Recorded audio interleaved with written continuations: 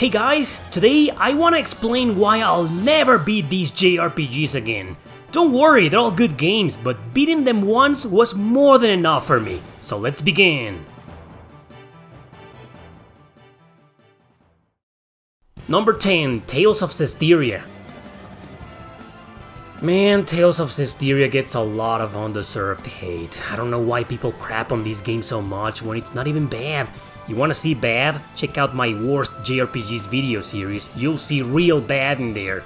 But let's face it, Zestiria isn't a wonderful game either. The common complaint I have with the consensus is the convoluted combat. I confess I played through this game on easy just to get it over with, because honestly I wasn't gonna go and practice to perfection.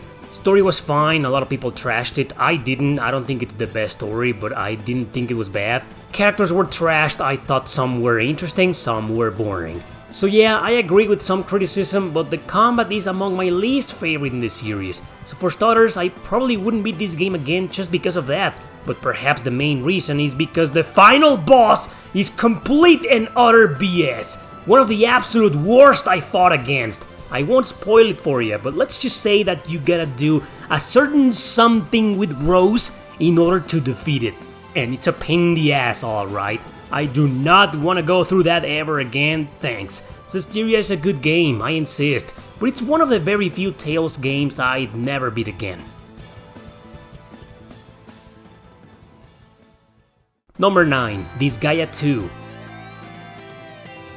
This is one of my favorite Disgaea games ever.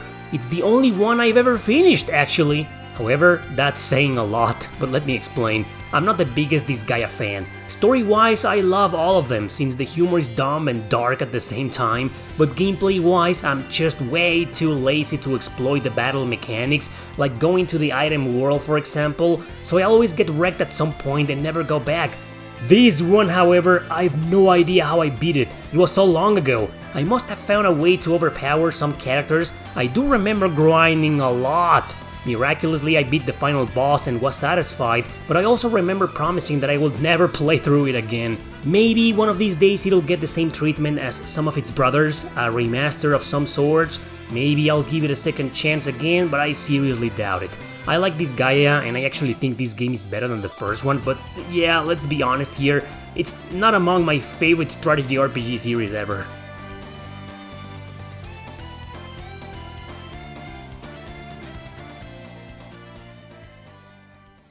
Number 8, Persona Q.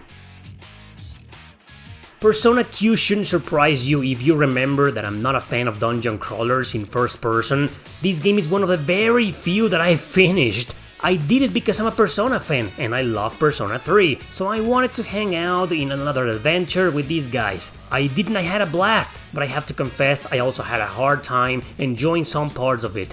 Drawing the map in the bottom screen, getting lost, running into FOEs, fighting random battles. It was exhausting. Some of the maps will go on forever, and I often turn the console off after just 30 minutes of playing. In fact, the only true reason why I beat this game is probably because I had nothing better to play years ago when I was bored to hell at my store. Now my store days are long gone, so today I'd probably never even bother with it, which is exactly why I gave up after 14 hours in Persona Q2, the sequel. Now don't worry, these games are fantastic, but the types of games they are, the subgenre itself, it's just not for me, man. But if you like Persona and dungeon crawlers, you're missing out a lot if you haven't played them.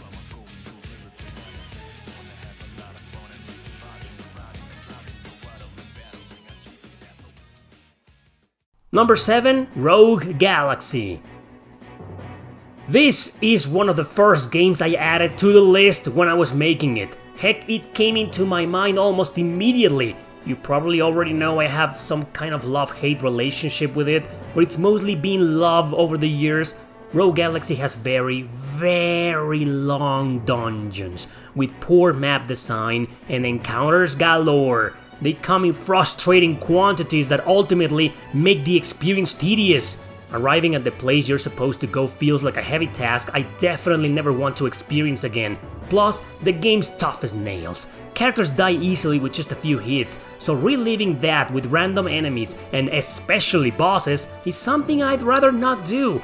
I was very pleased when I finished this game, an action RPG with no difficulty settings. I usually suck at those, so imagine how monumental it was for me finishing it. Besides, the final boss is insane here. Again, no spoilers, but ask anybody and they'll tell you how ridiculous the entire process is. To date, I still can't believe I pulled it off, but those were better days for me. Great game here, I'll never beat it again, but I'll also never forget it.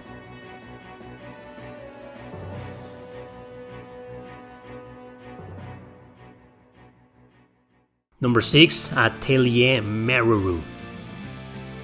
There's two reasons why I picked this game out of all the other Atelier games. Some I'd like to revisit one day, like the first two Iris games, Rorona or even Risa, but Meru, the first reason is because I just don't like the main character. Meru is one of the worst JRPG protagonists I've seen because her personality is nothing but an extremely annoying cliché. I don't like her. My second reason you will probably judge hard, but it's the truth. Unless you're a die-hard Atelier fan, there really is no reason to replay any of the modern ones. There's a new one almost every single year, and they all have the exact same gameplay mechanics. Often they add new features or new ways to battle or to synthesize items, but at the end of the day, it's the same game recycled over and over and over again. Even the main female leads feel like a slightly different variation of the same girl. They all seem to be silly and charming airheads. So replaying a modern Atelier game feels like pointless, but Meru made it to the list above the others because I just don't like her. Did I say that before?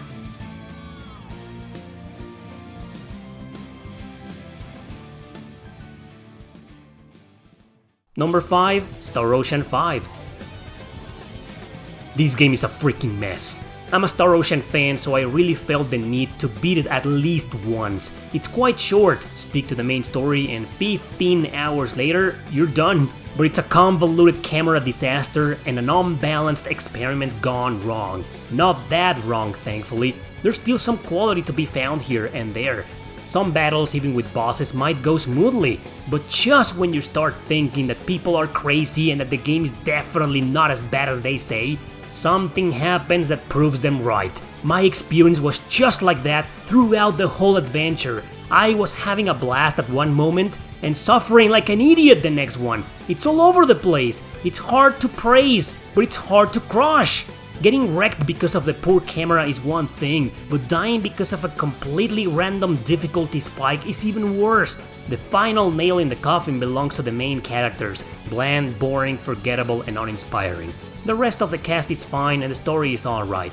This game isn't great, but it's still worth playing, like I said, at least once.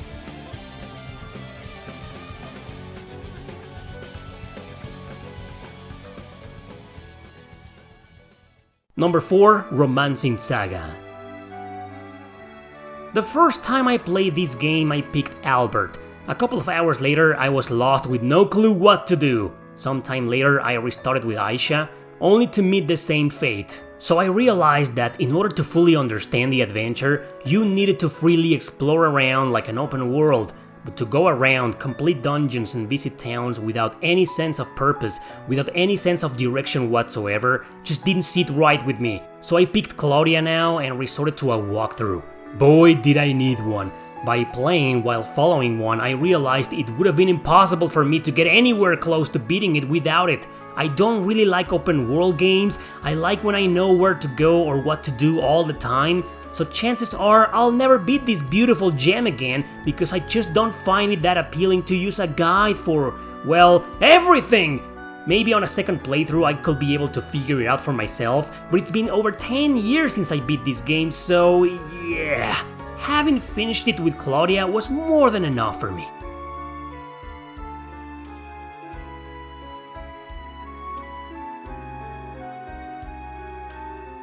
Number 3, my writings Number 3, the dot hack games.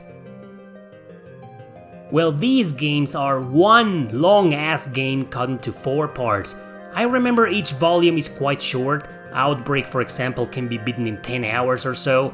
controls in this episodic release are outdated. I played them all not long after their release, and they felt like a weird transition between PS1 and 2.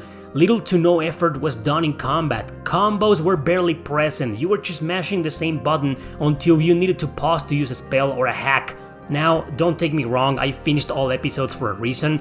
They're a whole good game and a very memorable adventure, but it's like I said, they're very dated and there's not much to save them from their highly repetitive nature. You revisit dungeons and fight the same guys on a regular basis. Besides, the lackluster combat, like I mentioned, was bland and uninspiring. I sound harsh, but that's just because that is the nature of this video. To make a point on why I'll never beat these 4 volumes again. But I'd be down to change my mind if a great remaster were to happen. I'm just wondering how they will fix the combat.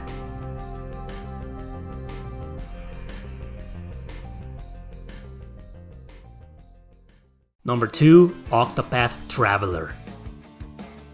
This game does not have a new game plus, and it's stupidly hard and stupidly grindy. The infernal hours I went through leveling up and enduring some of its nasty bosses almost ruined my life back then. Okay, I may be exaggerating. It just pissed me off badly, but every time I beat one of these guys, it felt really good. Why? Because the game's excellent. Story, graphics, music, characters, combat, there's nothing wrong with it. Except the fact that it's too old school for its own good, that it may repulse audiences seeking for a more balanced adventure. I've heard some people say that grindfests like this do not respect their time, but this one actually does because it's rewarding. Your efforts in learning how to fight, how to exploit weaknesses, how to use the second jobs, stuff like that pays off, trust me. But I would never go through all that a second time. The me from 10 years ago would have, probably, because of how good this game is. But nowadays I run a channel that requires me to keep playing newer RPGs constantly. Not new as in modern, just new as in new to me. Octopath Traveler, almost a masterpiece, but a second playthrough is definitely out of the question. I'm happy and satisfied with one.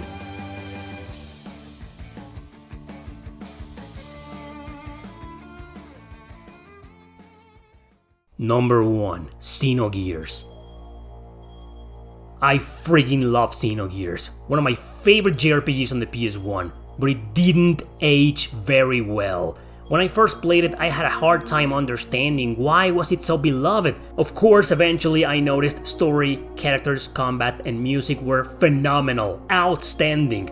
But it had severe gameplay issues that I strongly believe even back then would have been a chore. Exploration often ruined by bad camera movement, random encounters, 3D platforming, and annoying dungeons. At times it felt like one of those where the heck do I go type of game. So getting lost was one thing, what with the encounters alone, but failing to execute precise jumps from point A to B was excruciating to say the least. Not everywhere is like this, you know, it's just some specific parts in some areas that excite your anger and inflame your anxiety. Xenogears is still an absolute must-play despite this, but I'm never gonna beat it again, not like this. It needs a remaster, one where they fix most or all of these issues to make it more playable. A remake will be much better if it were to retain its turn-based combat, because combat is an important part of this game's soul. But as it stands right now, I don't think I can ever enjoy it again as much as I did back in the good old days.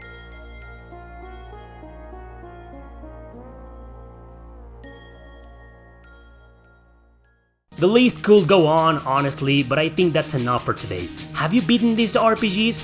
Will you ever beat them again? Thanks for watching, don't forget to subscribe and share this video with your friends. See you next time!